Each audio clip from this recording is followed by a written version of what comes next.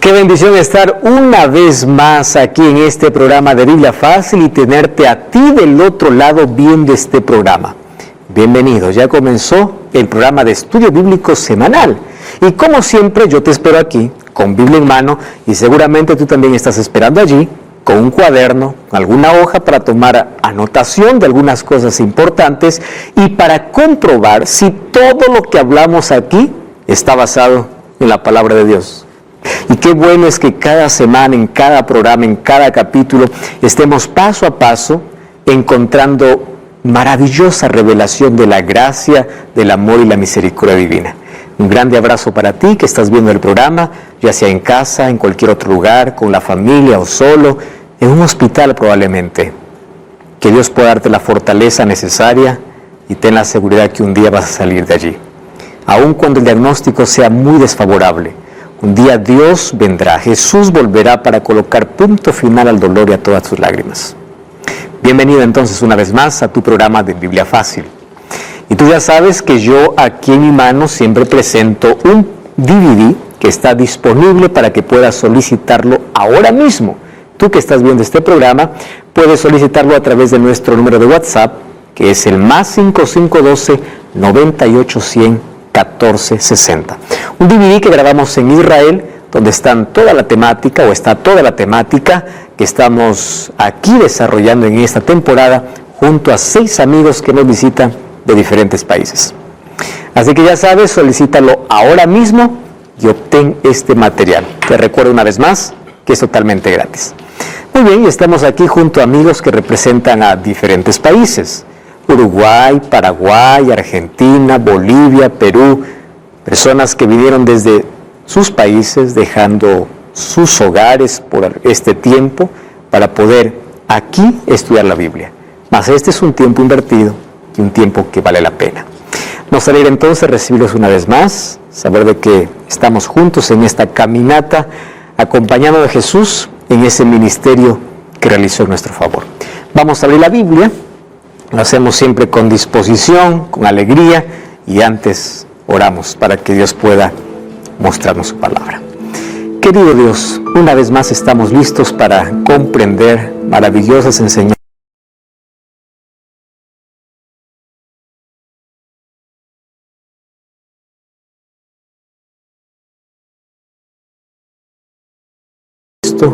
La mente dispuesta para poder aprender tu verdad. Que tu palabra puedas colocarla en nuestro corazón y podamos hacer tu voluntad. Tu Santo Espíritu nos guíe en este estudio, abraza a las personas que están viendo este programa, derrama tu bendición sobre ellas. En el nombre de Jesús. Amén. Muy bien amigos, hoy vamos a hablar acerca de un tema muy importante. Hasta aquí hemos acompañado a Jesús en ese camino que según Asaf, el Salmo 77 decía que el camino de Dios está en el santuario, y hemos acompañado a Jesús en ese camino, en su ministerio, desde que nació, desde que entró al atrio del santuario, al lugar santo, al lugar santísimo, y hoy vamos a ver en qué momento Jesús sale del lugar santísimo, en qué momento deja de ser nuestro intercesor. ¿En qué momento el juicio se termina? ¿En qué momento no hay más gracia, no hay más oportunidad? Se acabó todo. Eso tiene que ser antes de que Jesús vuelva a la tierra, porque como ya estudiamos aquí, antes de que Cristo vuelva, Él realiza un juicio para determinar quiénes van y quiénes no van. Entonces hoy vamos a ver qué evidencias nos muestra la Biblia de que ese juicio va a terminar o que la gracia se va a terminar. ¿Y qué cosas ocurrirán? ¿Existe alguna fecha? Vamos a ver si existe. Muy bien, vamos a hacer un breve repaso. Ya mencionamos que Salmos es una colección de himnos que eran entonados en el santuario Y un salmo que nos ayudó mucho para comprender el ministerio de Cristo es el Salmo 77. Salmo 77, 13 dice: tu camino, oh Dios, está en el santuario. ¿Qué Dios tan grande como tú? Entonces el camino que recorrió Cristo estaba todo prefigurado en el santuario, ya sea a través de los muebles, de las fiestas o del ministerio y servicios que se realizaba en el santuario. Los muebles representaban, los muebles del atrio, a la primera venida de Jesús o al sacrificio de Jesús. Jesús, cuando entró al atrio, fue nuestro sacrificio. Cuando entró al lugar santo, fue nuestro sacerdote. Entonces, si el camino de Dios está en el santuario, ya acompañamos un poco de ese ministerio. Juan 1:14 dice que el Verbo se hizo carne y habitó entre nosotros.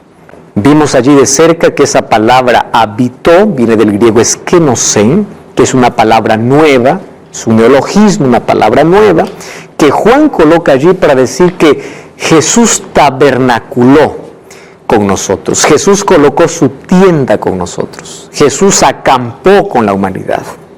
Estuvo 30 años en el campamento y a la edad donde los sacerdotes iniciaban su ministerio, a esa edad entra al atrio y pasa por la fuente de agua que es representada ¿por qué? Por el bautismo. ¿Y en qué año Jesús fue bautizado? ¿Recuerdan que hay una profecía que ya vimos? Que Jesús fue ungido, como dice Daniel, o bautizado, en el año 27. ¿Cuántos años tenía Jesús cuando fue bautizado? 30 años. Parece que hay una discordancia, ¿no? ¿Cómo es que Jesús va a tener 30 y el año es 27? No cuadra. ¿Cómo es que Jesús va a tener 33 y muere en el año 31? Entonces ya hablamos aquí un poquito del cambio de los calendarios, ¿verdad? El calendario hebreo, que es el calendario que la Biblia presenta. Hubo un calendario romano, que fue llamado el calendario juliano, porque fue Julio César quien hizo ese calendario. Y después hubo un calendario gregoriano, que es el nuestro, en el cual nosotros nos regimos. Sin embargo, nuestro calendario está contemplado que hay una división en la historia, antes de Cristo y después de Cristo. Entonces, ¿quién hizo esa división? ¿En qué momento el calendario o la fecha del calendario cambió? Resulta que en el siglo XII de nuestra era, que es la era cristiana, apareció un monje llamado Dionisio. Y fue Dionisio quien, haciendo los cálculos, colocó al año 0, cuando en Roma se estaba viviendo el año 753 de la fundación de Roma. Entonces él hizo todos los cálculos y dijo, bueno, Jesús puede haber nacido en el año 753 de la fundación romana. Y al año 753 lo colocó el año 0, para dividir la historia, el antes y después de Cristo. Solo que en su cálculo, que no fue correcto, después ya fue muy complicado nuevamente hacer la corrección, se quedó que Jesús nació justamente en el año 0. Solo que cuando Dionisio colocó el año 0, Jesús ya tendría 3 años. Jesús no nació en el año 753 de la fundación romana, sino en el año 750 aproximadamente de la fundación romana.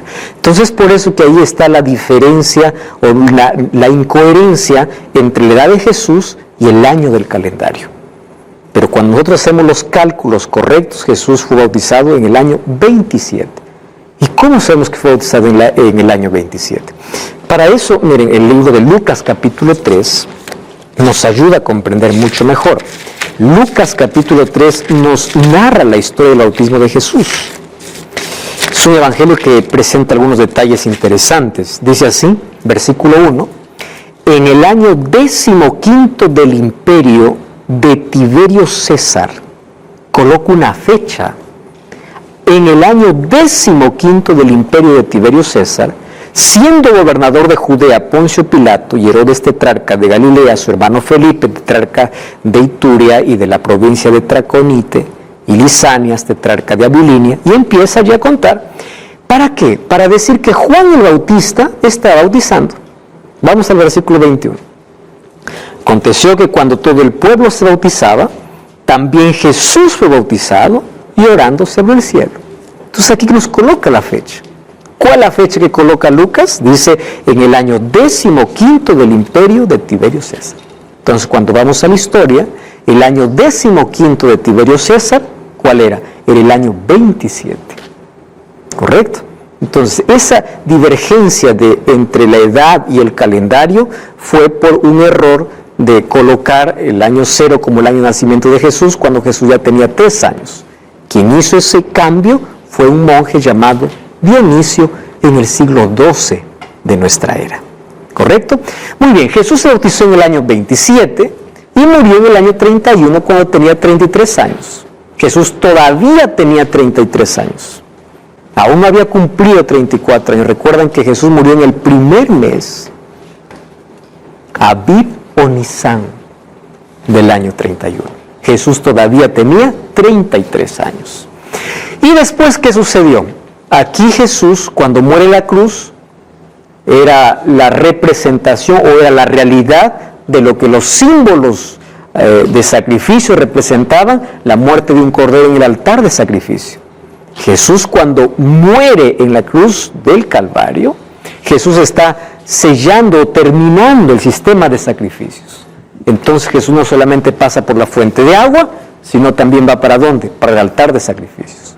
Después de 50 días Jesús entraría ¿a dónde? Al lugar santo. ¿Por qué después de 50 días? Recordemos que después de la Pascua, contando 7 semanas, que son 49 días, después de un día más, como ya hemos estudiado aquí, venía la fiesta del Pentecostés, o la fiesta de la cosecha. ¿Por qué era la fiesta de la cosecha? Allí terminaba la cosecha para todos los israelitas. Sin embargo, allí comenzó también la primera grande cosecha para el reino de los cielos, porque con un mensaje fueron bautizados 3,000 personas. Entonces, el derramamiento del Espíritu Santo era la promesa que Jesús había dado en Juan 7:39.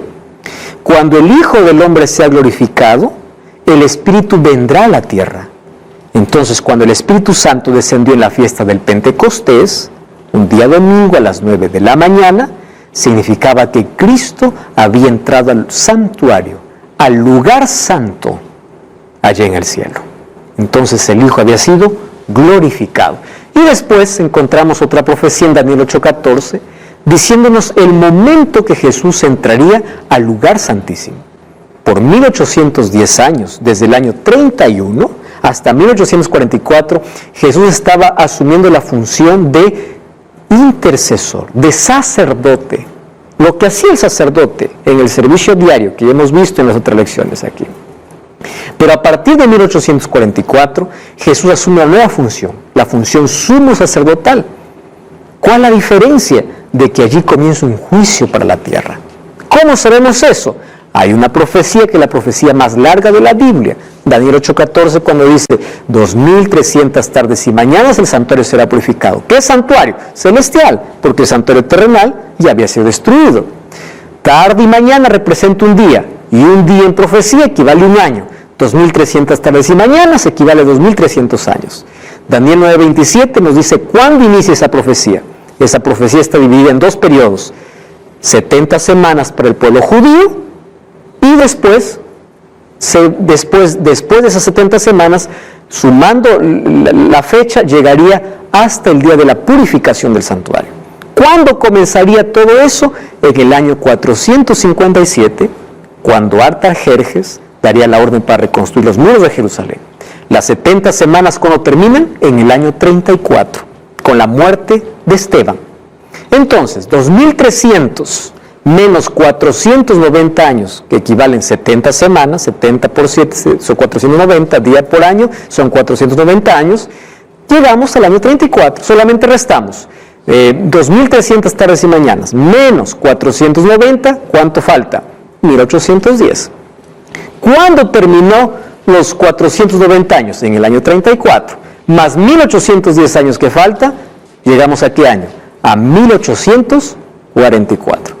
Aquí estoy lanzando solamente las fechas que ya vimos en los programas anteriores con detalles, ¿verdad?, de cómo todo este cálculo suma perfectamente. Entonces, a partir del año 1844, Jesús llega a ser nuestro sumo sacerdote y comienza una obra de juicio. ¿Dónde?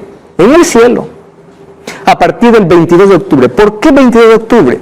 Porque haciendo un traspaso del calendario hebreo al calendario gregoriano, que es el nuestro, el 10º día del 7º mes, que es para los judíos, para nosotros sería un 22 de octubre. En el mismo día que se celebraba la fiesta de la expiación aquí en el santuario terrenal, Jesús entró al santuario celestial, pero específicamente al segundo compartimento, al lugar santísimo. 22 de octubre de 1844. Solo que este juicio tiene 3 fases. Esto todavía no hemos visto aquí. Hemos hablado del juicio. Pero este juicio tiene 3 momentos diferentes.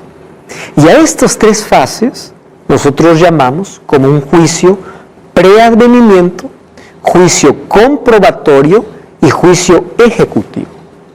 En la primera fase de juicio es donde se determina quién se salva y quién se pierde. En la segunda y la tercera fase de juicio solamente es la aplicación de la sentencia. No hemos estudiado hasta hoy todavía las fases. Hoy vamos a ver por lo menos esa primera fase.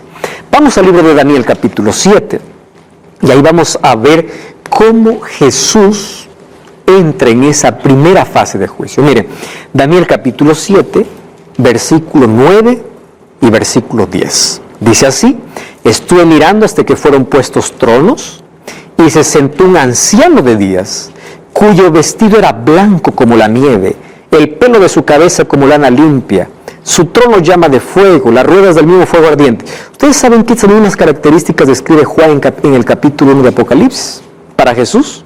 Y dice así: un río de fuego procedía y salía de delante de él, millares de millares le servían, millones de millones asistían delante de él. El juez se sentó. Estudiamos en el capítulo anterior. ¿Quién es el juez? Cristo. ¿Y qué sucedió? Y los libros fueron abiertos. ¿Qué libros? Registros de nuestra vida. Entonces, el juez cuando se sienta, aquí comienza un juicio. Este juicio va a determinar quiénes van al cielo y quiénes no. Porque nadie irá al cielo y dirá: ¿qué hago aquí? No sabía que existe. El cielo es una elección. Y para tener acceso a la eternidad con Jesús tenemos que aceptar a Cristo. Él es nuestra salvación, Él es nuestra eternidad. Ahora, este juicio preadvenimiento es interesante comprenderlo a la luz de Apocalipsis 14, cuando dice: la hora de su juicio ha llegado. ¿Recuerdan ustedes en el programa anterior que hablamos solamente sobre ese término? La hora de su juicio llegó. Quiere decir, el juez se sentó. El juez se sentó.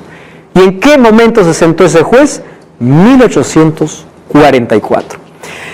¿De qué está juzgando? ¿O qué cosas están siendo juzgadas en esta primera fase de juicio? Miren lo que Jesús mencionó.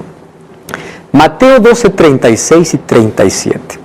Demetrio, ¿tienes allí micrófono? ¿Puedes leer, por favor?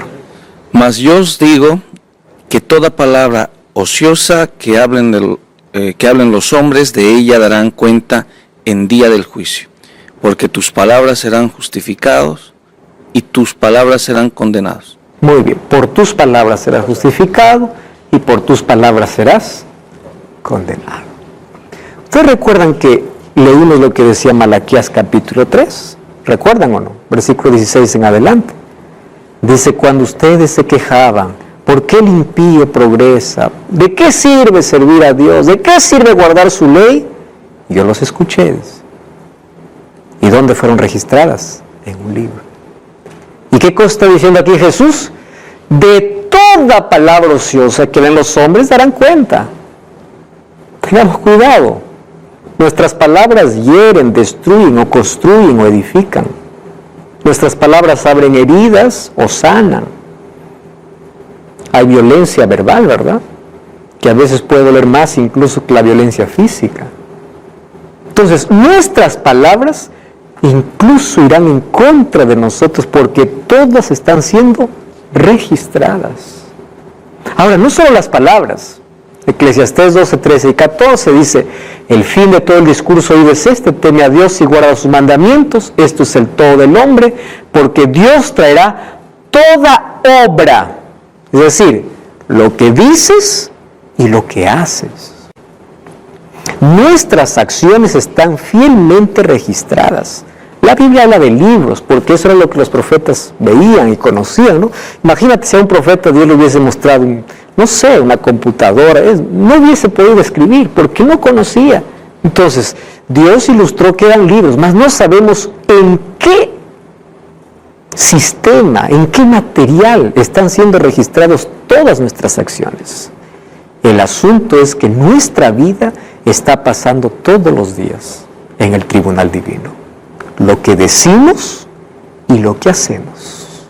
¿Correcto? Dios traerá toda obra a juicio, sea buena o sea mala. Incluso las cosas que uno dice, nadie me ve, nadie, esto es secreto. No, toda cosa encubierta, porque no hay nada que escape a los ojos de Dios, ni de los testigos que son los ángeles. ¿Recuerdan que eso vimos? Que los ángeles ahora mismo están aquí con nosotros, nuestros ojos no nos permiten ver, pero ellos están registrando todo lo que hacemos, todo lo que hablamos, están llevando un fiel registro. Santiago 2, 10 y 12, ya leímos también ese texto, nos vamos a volver a leer, dice así: cualquiera que guardare toda la ley pero ofendiere en un punto se hace culpable de todos. ¿Qué ley está hablando? La ley de Dios. ¿Dónde está esa ley? En Éxodo 20. No, pastor, esa ley fue para el judío. ¿Cómo que para el judío? Mira lo que dice. El que dijo no cometerás adulterio, también dijo no matarás. ¿Dónde está eso? A ver, vamos a abrir la Biblia. Éxodo capítulo 20. Vamos a Éxodo. Aquí Santiago no está hablando de otra ley, está hablando de la ley de Dios. Éxodo capítulo 20. Vamos al versículo 14. 20, 14. O desde el versículo 13. Dice así: no matarás. ¿Qué dice el 14? No cometerás adulterio. ¿Qué cosa dice el título de ese capítulo? Los 10 mandamientos. Entonces Santiago dice, para que ustedes no confundan de qué ley estoy hablando, es la ley de Dios. Y dice, cualquiera que ofende en un punto se hace culpable de todos. El que dijo no cometerás adulterio también ha dicho no matarás. Está hablando, incluso está tomando 2 mandamientos de esa ley. ¿Y qué dice? Ahora, si no cometes adulterio, pero matas, ya te has hecho transgresor de la ley, y así puede ser con cada mandamiento. No te harás escultura, guarda el día sábado, honra a tu padre y a tu madre. Todo eso forma parte de la ley de Dios. Ahora, ¿por qué? Miren lo que dice Santiago. Así hablad. ¿Recuerdan los versículos anteriores? ¿Por qué seremos juzgados? Palabras. ¿Y qué cosa decía Salomón? Acciones. Y Santiago junta las dos cosas. Dice, hablad y haced, como los que habéis de ser juzgados por la ley de la libertad. Satanás odia la ley de Dios, porque sabe que por ese código seremos juzgados. Cuando alguien me pone una multa de tránsito, tiene que decirme que hay una ley. Por ejemplo, yo paso el semáforo en rojo, hay una multa. ¿Por qué hay una multa? ¿Por qué hay un castigo? Porque yo rompí la ley. ¿Es así o no? Pero si no hay una ley, no hay juicio. Si no hay una ley, no hay pecado. ¿Comprenden la importancia de la ley? Entonces, en este juicio, el código por el cual seremos juzgados será la ley de Dios. Hay religiones cristianas que echan por tierra la ley de Dios. No quieren predicar la ley de Dios, no quieren observar la ley de Dios, no quieren obedecer la ley de Dios, porque ellos piensan que hay un conflicto entre la ley y la gracia. Ya les dije aquí, nadie se salva por guardar la ley. La ley es la evidencia, es el resultado de que la gracia de Cristo coloca mi vida en armonía con su voluntad. Aquel que guarda la ley para salvarse está perdido. Aquel que guarda la ley porque tiene un relacionamiento con Cristo y porque recibió su gracia, entonces está correcto. Es la evidencia. Y por eso seremos juzgados. Entonces, amigos, en esta primera fase hay un detalle que tenemos que ver. es que quien entra primero a ser juzgado, ya dijimos, son los muertos, porque cuando uno muere, el destino está definido. Pero en esta primera fase entran los que dicen ser creyentes. Entonces tú aceptas a Cristo, la Biblia dice, el que cree se salva. Ah, muy bien, entonces todo el mundo es salvo porque cree. No, no, no. Vamos a analizar si todo creyente realmente cree. Por eso es necesario un juicio. Porque yo puedo decir creo en Jesús y vivo como quiero. Yo puedo decir adoro a Jesús, pero no hago lo que la palabra de Dios dice. Ah, vamos a analizar si realmente eres creyente. Entonces, miren lo que dice 1 Pedro 4, 17 y 18. Griselda, ¿puede ver el texto, por favor? Porque el tiempo de que el juicio comience por las cosas de Dios, por la casa de Dios. Por la casa de Dios, y si primero comienza por nosotros, ¿cuál será el fin de aquellos que no obedecen al Evangelio de Dios? Uh-huh. Y si el justo con dificultad se salva, ¿en dónde aparecerá el impío y el pecador? ¿Ustedes comprendieron lo que dice este texto? Es necesario que el juicio comience ¿por dónde? Por los creyentes, la casa de Dios. Y si comienza por nosotros, ¿qué será de aquellos? Dice. ¿Por qué? Porque ellos tendrán su parte en otro juicio. Entonces, en este juicio se saca la máscara de todo creyente para ver si realmente es un verdadero creyente. Ahora, si el justo con dificultad se salva, ¿dónde aparecerá el impío? ¿Por qué con dificultad? Porque llega solo por la gracia. Zulma, ¿puede ver el otro texto, Juan 3:18? El que en él cree no es condenado, pero el que no cree ya ha sido condenado, porque no ha creído en el nombre del unigénito Hijo de Dios. Escúchame una cosa. Tú puedes ser una buena persona, tener buenas intenciones, puedes hacer obras de bien, ser dueño de una ONG, dar comida a los pobres, puedes hacer todo. Pero si no tienes a Cristo, estás perdido. Porque no se trata de acciones. Las acciones tienen que ser la evidencia natural de que aceptamos a Cristo. Aquel que no cree, no importa lo que haga, ya está condenado. Entonces tú me estás entendiendo, no se trata de ser moralista, no. Con esto no estoy diciendo que los pésimos y los malos van al cielo, no. Aquellos que fueron transformados por la gracia de Jesús. Entonces cuando caminas con Cristo, las buenas obras van a aparecer de manera natural. Porque todos estamos siendo juzgados así. No cambies el canal y estamos de regreso. Este Biblia Fácil.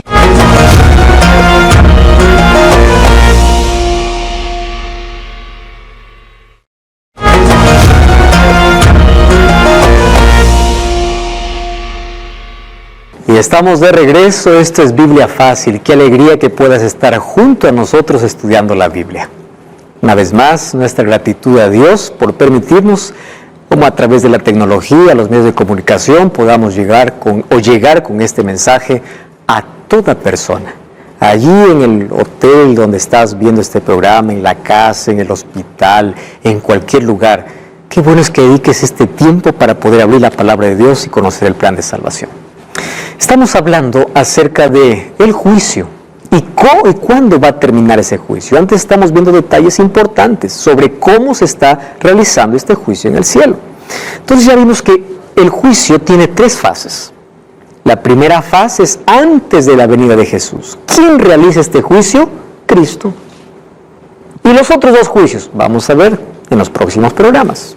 ¿Está bien? En esta primera fase somos juzgados por nuestras palabras y por nuestras obras. ¿Bajo qué código? Bajo el código de la ley de Dios.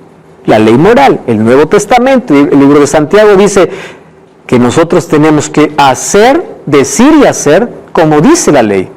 ¿Por qué? Porque por ella seremos juzgados. Ah, no, es que la ley es una carga. No es una carga. ¿Qué cosa dice? Él nos llama la ley de la libertad, que nos hace caminar libres con Cristo. Ahora, ese juicio comienza por la casa de Dios, es decir, por todo aquel que dice ser creyente. Por allí comienza. Y Juan 3:18 dice que el que no cree ya ha sido condenado. Porque no cree. Los falsos creyentes serán eliminados. La fe de los genuinos creyentes y su unión con Cristo será reafirmado ante el universo y los registros de sus pecados serán borrados. Entonces, en esta primera fase de juicio, que dice ser creyente, ahí está siendo analizado su vida. Y el que no es creyente, el que dice no creer en Dios, él ya eligió su destino. ¿Correcto? Pero aún así hay registros de todos en el cielo. Vamos a ver en qué momento se van a ver los registros de aquellos que no fueron creyentes.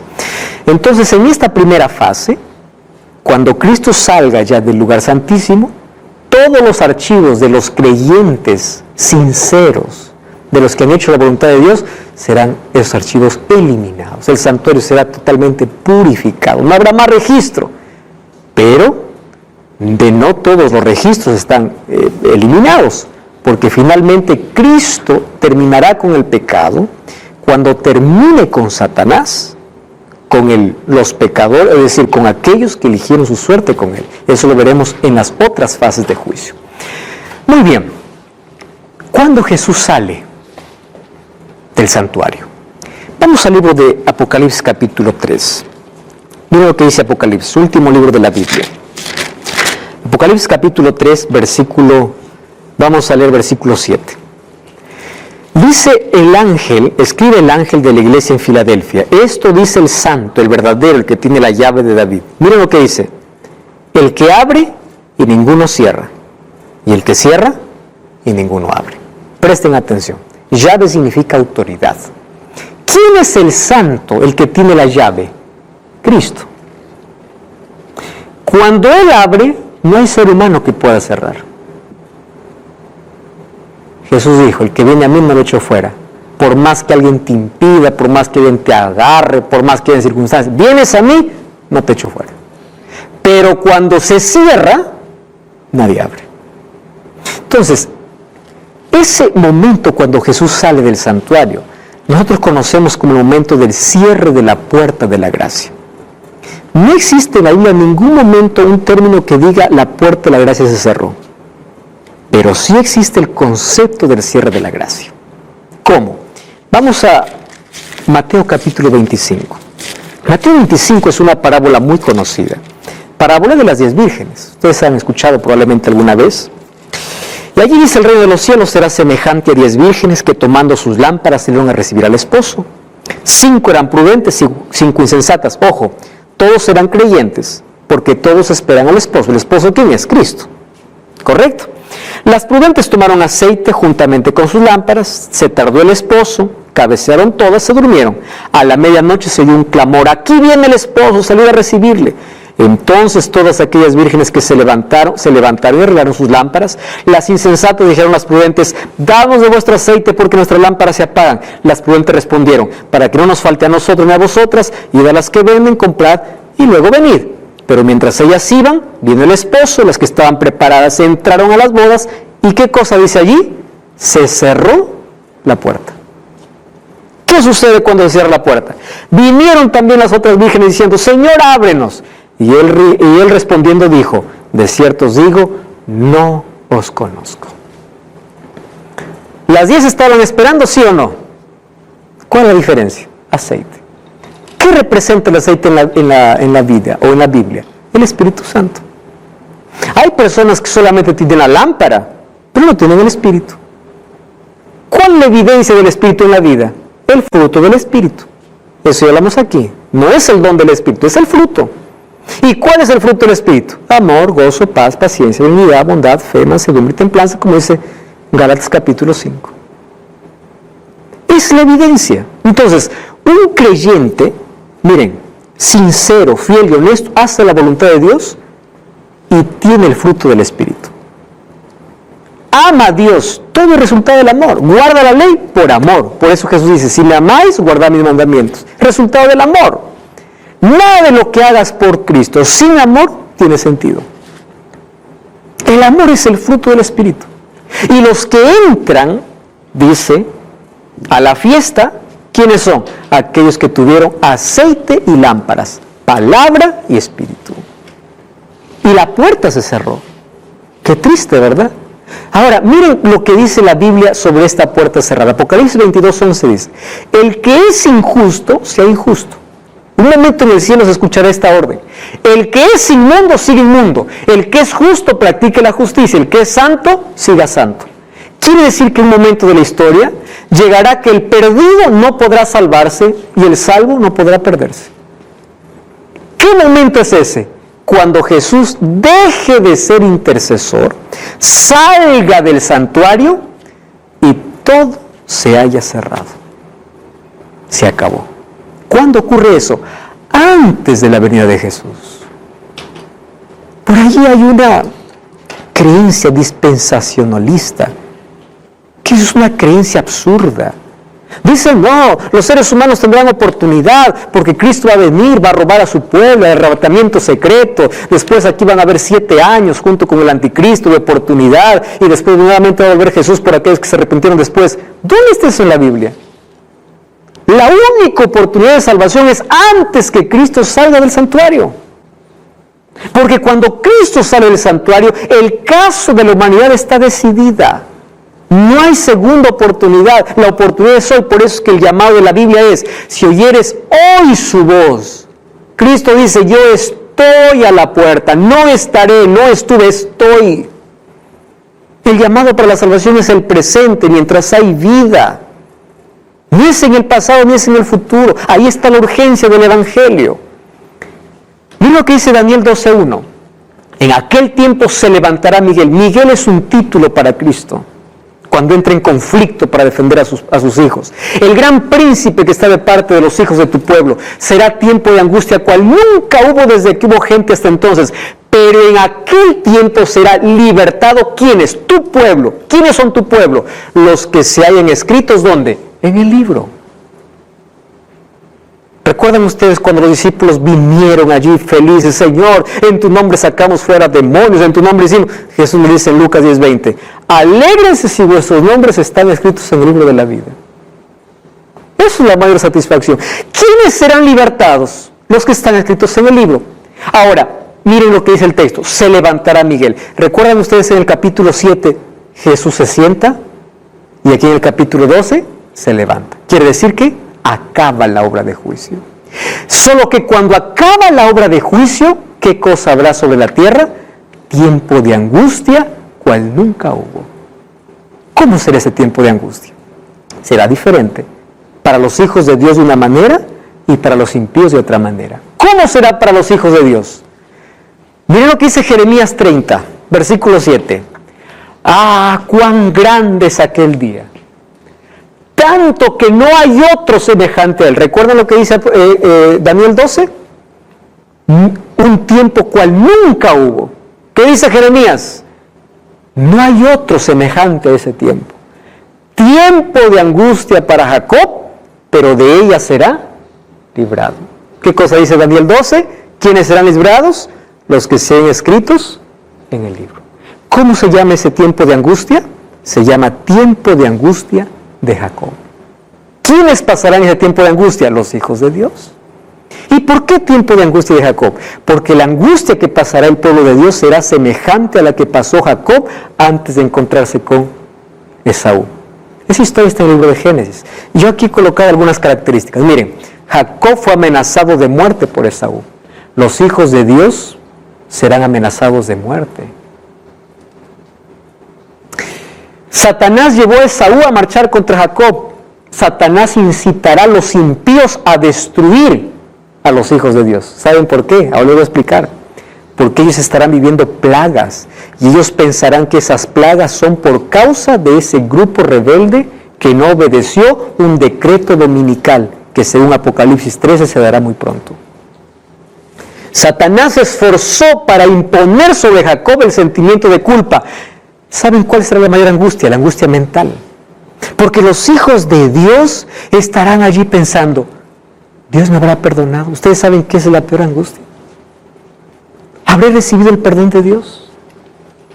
Pero no saben que cuando Cristo salió del santuario, ¿qué cosa hizo con esos archivos? Fueron eliminados para siempre. Pero eso será una angustia para ellos, la angustia mental.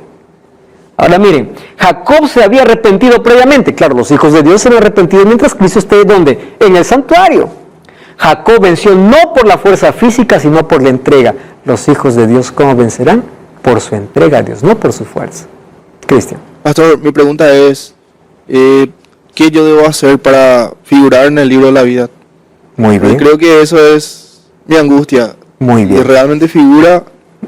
Y qué lindo es que podamos tener esa angustia, aunque no nos gusta la palabra angustia, pero es nuestra preocupación. Para que mi nombre pueda estar en el libro de la vida, es simple, más complejo para muchos. Yo tengo que renunciar a todo y entregarme completamente a Cristo. Mi entrega a Cristo, es Cristo quien coloca mi nombre en su libro. Y sabes, eso se demuestra de manera pública. El momento del bautismo, tú estás demostrando públicamente que tu vida le pertenece a Cristo. El bautismo, no es que en el bautismo te entregas a Cristo, tú te entregas antes, pero en el bautismo demuestras que tu vida has entregado a Cristo y a partir de ahí vas a caminar con Él. Entonces allí donde tu nombre se escribe en el libro de la vida. Y el asunto es mantener nuestro nombre allí. ¿Cómo permanece nuestro nombre allí? Porque un momento puede salir, cuando siempre caminamos al lado de Jesús. ¿Correcto? Muy bien. Los hijos de Dios tendrán tiempo de angustia. Y los impíos. Miren lo que dice Apocalipsis 15:8. El templo se llenó de humo. ¿Recuerdan qué es el templo? En la Biblia el santuario. Subimos en la primera lección aquí. Templo, santuario, tabernáculo son sinónimos. El santuario se llenó de humo por la gloria de Dios y por su poder. Nadie podía entrar en el templo hasta que se hubiesen cumplido las 7 plagas de los 7 ángeles. Es decir, las 7 plagas no tocarán a los hijos de Dios. ¿A quiénes tocarán? Aquellos que no hicieron de Jesús su abogado en el juicio. Aquellos que están perdidos. Si ustedes revisan Apocalipsis 16, es triste. El sol dice quemará mucho más, 7 veces más, arderá, el agua se convertirá en sangre, habrá una enfermedad que nadie podrá tratar. Hoy mismo tenemos ya epidemias y pandemias que asustan a la gente. Imagínense cuando sea una plaga venida desde el cielo. Esa angustia será triste. Y cuando van a Apocalipsis 16, dice que la gente no se arrepintió. ¿Por qué creen que no se arrepintió? Porque el Espíritu Santo ya no más trabaja en el corazón de las personas. ¿Qué cosa nos lleva al arrepentimiento? El Espíritu Santo. Sin el Espíritu Santo no hay arrepentimiento. Entonces, cuando el Espíritu Santo deja de interceder, ¿quién más se puede arrepentir? Nadie más. Por eso, mientras hoy el Evangelio es predicado, significa que el Espíritu Santo sigue actuando, sigue llamándote, pero un día el Evangelio nunca más será predicado. El Espíritu Santo nunca más llamará al corazón. ¿Por qué? Porque Cristo habrá dejado de ser nuestro abogado y saldrá para dar la recompensa a cada uno. Amigos, ¿cuándo se termina el tiempo de gracia? No lo sabemos. No lo sabemos. ¿Cuándo Jesús sale del santuario? No lo sabemos. Pero yo les quiero decir con seguridad que hay 3 momentos en los cuales la gracia se termina. ¿Saben cuál es el primer momento? La muerte. Se termina la gracia. No hay gracia para un muerto. La gracia es para el vivo. Ustedes saben que cada 12 segundos una persona muere. ¿Saben qué cosa es lo trágico de la muerte? Es que todos sabemos que vamos a morir, pero nadie sabe cuándo. Un enfermo puede vivir más que un sano, porque una enfermedad no significa que estás muriendo. Hay personas que hoy se levantaron, dijeron hasta la noche y nunca más volverán. Personas que anoche dijeron hasta mañana y nunca más despertaron. Lo triste de la muerte es que nadie sabe quién es el próximo. Cuando una persona muere, su destino está sellado. ¿Qué lecciones hiciste en vida? Analicemos la vida. ¿Cuál es un segundo momento? Cuando vamos al libro de Mateo, capítulo 12, miren lo que dice el versículo 31 y versículo 32. 12:31. Allí dice, por tanto os digo, todo pecado y blasfemia será perdonado a los hombres, mas la blasfemia contra el Espíritu Santo no le será perdonada. Cualquiera que dije alguna palabra contra el Hijo del Hombre le será perdonado, pero el que hable contra el Espíritu Santo no le será perdonado ni en este siglo ni en el venidero. ¿Qué significa pecar contra el Espíritu Santo? Cuando uno rechaza constantemente la voz del Espíritu, ustedes lo van a experimentar en la vida. Cada vez que ustedes rechazan la voz del Espíritu, el ser humano va perdiendo sensibilidad. Si yo predico a niños, 8, 10 años, les digo, Jesús murió por ustedes, ¿quieren aceptar a Jesús? Todos aceptan. Y yo hablo ese mismo mensaje a un grupo de 30, 40, 50 años, ¿quieren aceptar a Jesús? Lo piensan. ¿Por qué? En la medida que el ser humano fue creciendo, fue rechazando la voz del Espíritu, ese corazón se va endureciendo. ¿Qué significa el corazón se va endureciendo? La mente se va cerrando. Hasta que llega un momento en que el Espíritu ya no puede hacer nada. Tú ya no escuchas más. Entonces, como no escuchas más la voz de Dios, no tiene necesidad de arrepentimiento. Y si no tiene necesidad de arrepentimiento, no hay más perdón. Es pecado contra el Espíritu Santo. Qué peligroso es oír la voz de Dios y no responder. ¡Qué peligroso! Amigos, el final de la historia será gloriosa o dolorosa. Eso depende de cada uno. Muchos en ese día dirán, caed peña sobre nosotros y escondenos de aquel que viene. ¿Por qué dice escondenos de aquel que viene? Porque saben que aquel que viene siempre los llamó, pero ellos siempre lo rechazaron. Pero para otros el final será glorioso. La venida de Jesús es el momento más glorioso de la historia. Todos soñamos con ese gran día. Eso va a suceder, queramos o no, estemos preparados o no. Eso va a acontecer. Entonces, aquí viene la invitación. Jesús hoy te está llamando porque hoy estás vivo. Hoy despertaste. Hoy estás viendo este mensaje. Hoy estás teniendo el privilegio y la oportunidad de escuchar suavemente la voz de Dios. Solo déjame decirte algo. ¿Hace cuánto tiempo estás postergando la decisión de entregar tu vida a Jesús? ¿Por qué todavía no lo has hecho? ¿Hace cuánto tiempo ya debiste ser bautizado? Pero te da miedo dar ese paso de fe. Tú sabes que tienes que aceptar a Cristo, tú sabes que tienes que pasar por la experiencia del bautismo, tú sabes que necesita que tu nombre esté en el libro de la vida. ¿Y por qué estás postergando? Ah, no, pastor, todavía mañana. Mañana. ¿Tú tienes seguridad que mañana, el mañana, está seguro para ti? Cuando yo voy por el cementerio, veo muchas cruces. Al pie de cada cruz, no solamente está el polvo de alguien que una vez fue una persona. Hay muchas decisiones postergadas de gente que dijeron mañana, próximo año, próximo mes. Por eso Hebreos 3:15 dice, si oyeres hoy su voz, y hoy tú estás escuchando la voz de Dios, hoy. Si oyeres hoy su voz, no endurezcáis vuestros corazones. En el nombre de Dios te voy a invitar a dar un paso de fe. Tú que todavía no eres bautizado, estás estudiando la Biblia, tome esa decisión. Yo voy a venir a desafiarte en el nombre de Dios para que tu nombre se escriba en el libro de la vida. Y si estás preparado para tomar esa decisión, ¡qué bendición! La fidelidad es el resultado del amor. ¿Tú quieres ser fiel a la palabra de Dios, a las cosas que ya conoces? Entonces decide. Jesús dice, hoy he puesto delante de ti dos caminos. Yo no te voy a obligar, tú vas a decidir. Y Satanás viene allí colocando trampas, diciendo, no te preocupes, todavía disfruta la vida, todavía, vive como quieras, y te conduce por el camino de muerte. Y el Espíritu Santo te sigue llamando, ven, este es el camino de vida, y tú sigues postergando. Tú dices después, hasta que un día llega la muerte, y se acabó. Se acabó. O Jesús sale del lugar santísimo, como nadie sabe, la gracia se terminó. Entonces, ¿por qué postergar una decisión tan importante? ¿Estás preparado? En el nombre del Señor, Tú estás entendiendo la gracia de Cristo. Tú ya sabes lo que Dios pide de ti. Y si tú quieres entregarte a Jesús de corazón, quieres ser fiel a la palabra de Dios, quieres dar un paso de fe, yo no te estoy viendo, pero hay ángeles registrando tu decisión. Ponte de pie, que yo quiero orar por ti.